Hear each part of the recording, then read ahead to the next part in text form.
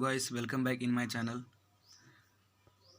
Video को बिना skip किए हुए देखना, तभी समझ पाओगे। और ये क्वेश्चन अधिकतर एग्जाम में पूछे जाते हैं क्रैमुल और विक्रैमुल से, मतलब कि लॉस एंड प्रॉफिट से, समझे, जिसको आप कह सकते हो cost price and sale price. इसी से क्वेश्चन है और बहुत ही मतलब सरफिरा क्वेश्चन है। इसको आप देखोगे तो समझ नहीं आएगा, बट बहुत हल्का है बनाने में और बहुत ही आसान तरीक़ों से बना सकते हो। केवल इसको एक बार देख लेना है ध्यान से, ठीक है। तो यहाँ क्या बोल रहा है और बिना स्किप किए हुए देखना। अगर इसी तरह से आपको और वीडियो देखनी है तो सब्सक्राइब कर लो और बेल आइकन को ऑल प्रेस कर लो, ठीक है। और अगर अच्छा लगे तो लाइक भी कर देना, कमेंट भी कर देना। मैं बता दे रहा हूँ, एक वस्तु को, यहाँ ये क्वेश्चन बोल रहा है, ध्यान से देखिएगा, ध्यान से सुनिएगा। एक वस्तु को 500 रुपये में बेचने पर हानि होती है। यदि इस वस्तु को 700 रुपये में बेचा जाता है तो दुकानदार को पहले होने वाली हानि से 3 गुना लाभ होता है।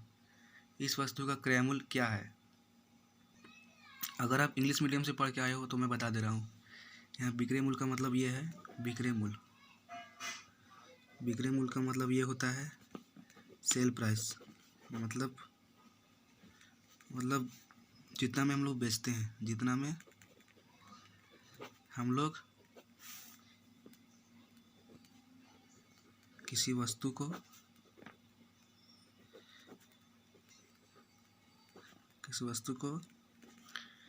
बेचते हैं, समझे। जैसे कि मान लो कोई गाड़ी है, उसको हम बेचे 75,000 में और लिए थे 5,000 में, लिए थे 50,000 में। तो लिए थे 50,000 में, तो क्रैमुल हो गया। वो क्रैमुल मतलब होता है कॉस्ट प्राइस, कॉस्ट प्राइस, जितना में हम लोग खरीदते हैं। क्या करते हैं? खरीदते हैं, वही हो गया कॉस्ट प्राइस। ओके, अब क्वेश्चन पर जाते हैं, ठीक है। समझा दिया आप लोगों को, अब क्वेश्चन पर जाते हैं। क्या बोल रहा है? एक वस्तु को 500 रुपया में बेचने पर हानि होती है, ठीक है। अगर हम उसको 500 रुपये में बेचते हैं तो हानि होती है। यदि इस वस्तु को 700 रुपये में बेचा जाता है तो दुकानदार को पहले होने वाली हानि से 3 गुना लाभ होता है। तो इस वस्तु का क्रय मूल्य क्या होगा? मतलब यहाँ क्वेश्चन साफ साफ बोल रहा है कि वो वस्तु को 2 बार बेचता है, एक बार 500 रुपया में और एक बार 700 रुपया में, ठीक है। एक बार 500 रुपया में और एक बार 700 रुपया में। पहला बार बेचता है उस टाइम उसको हानि होती है, ठीक है। क्या होती है? हानि होती है।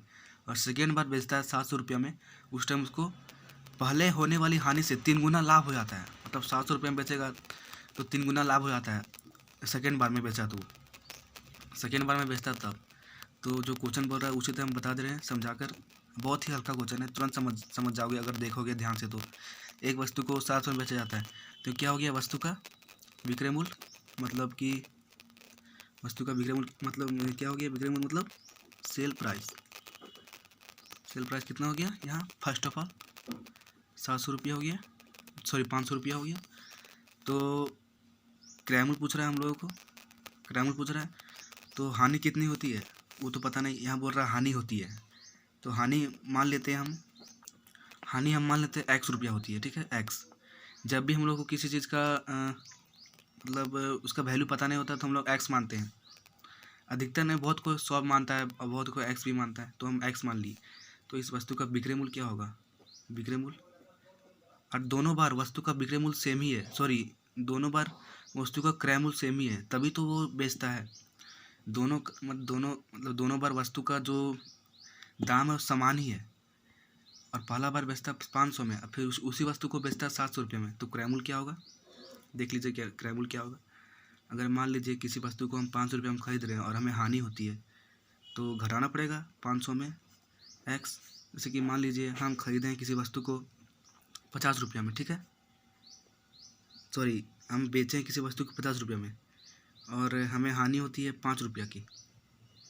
तो उसको हम खरीदेंगे 45 में, तभी तो हानि होती है। उसको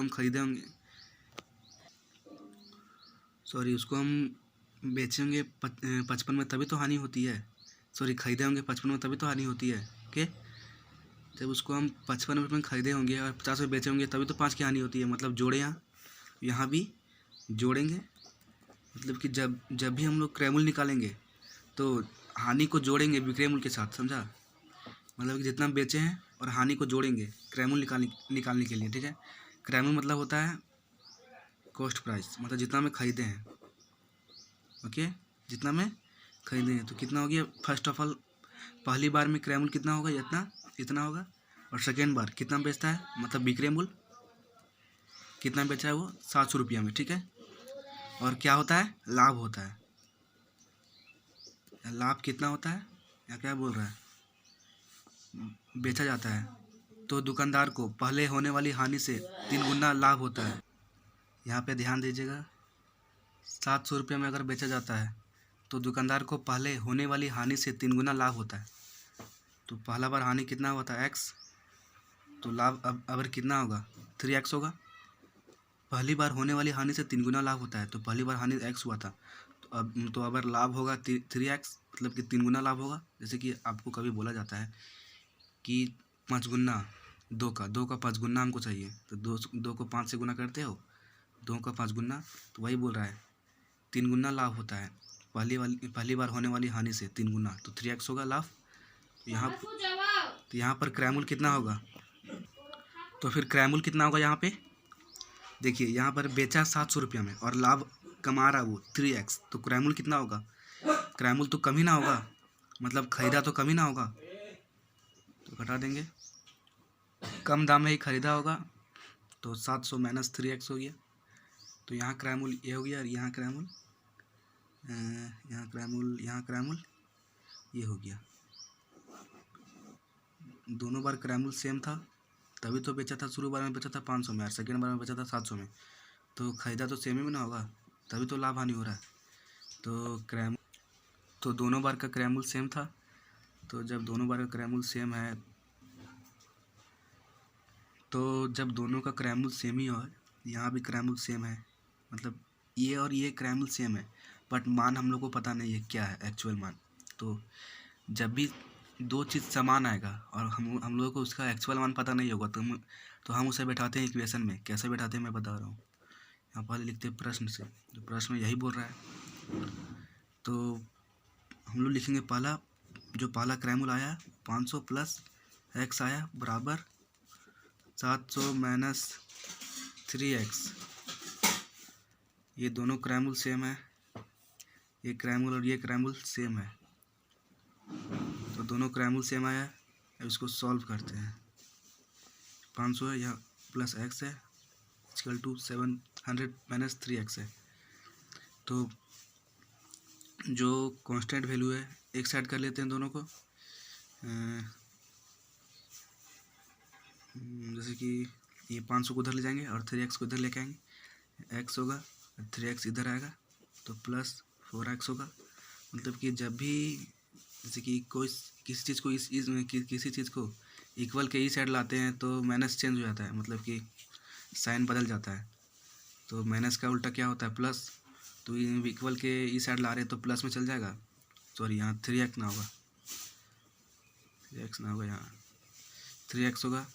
इधर आया तो प्लस में हो गया, 3x हो गया, इक्वल टू 700। अब 500 को उधर ले जाएंगे तो यहाँ प्लस होता है, उधर जाएगा तो माइनस में हो जाएगा, माइनस में हो गया। तो वही दोनों को जोड़ेंगे, जैसे कि यहाँ x है तो यहाँ 1 छुपा हुआ है, तो 1x प्लस 4x कितना, सॉरी 3x कितना हो गया? 4x हो गया, इक्वल टू माइनस करेंगे कितना हो जाएगा? 200 हो जाएगा, 200 रुपया हो गया। अब x है, x को ये साइड रखेंगे और जो 4 है कांस्टेंट वैल्यू इसको इस साइड ले जाएंगे, क्योंकि x तो वेरिएबल वैल्यू है, ये 4 कांस्टेंट वैल्यू, मतलब कि ये अचर पद है और ये चर पद है, तो इधर ले जाएंगे और x को यहीं रखेंगे। तो इन दोनों के बीच क्या छुपा हुआ है? गुना छुपा हुआ है। 4x मतलब 4 इंटू 4 इंटू एक्स को यहीं रहने देंगे, बाकी 200 इसको इस साइड ले जाएंगे तो गुना है, तो इधर जाके भागा हो जाएगा।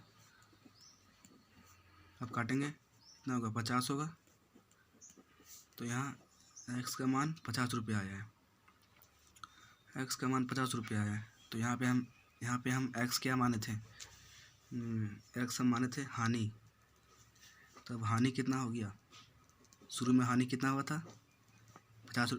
शुरू में हानि x हुआ था, तो इसका मतलब 50 रुपया हुआ था हानि। तो हम लोगों को पूछा क्या है, इस वस्तु का क्रयमूल्य क्या है। तो जब शुरू में x हानि हुआ था तो हम क्रयमूल्य क्या माने थे, 500 प्लस x माने थे क्रयमूल्य। तो 500 प्लस x होगा, तो क्रयमूल्य इक्वल टू 500 प्लस x होगा। तो 500 प्लस x का मान कितना आ गया, 50 रुपया। कितना होगा, 550 रुपया। ओके, 550 रुपया होगा।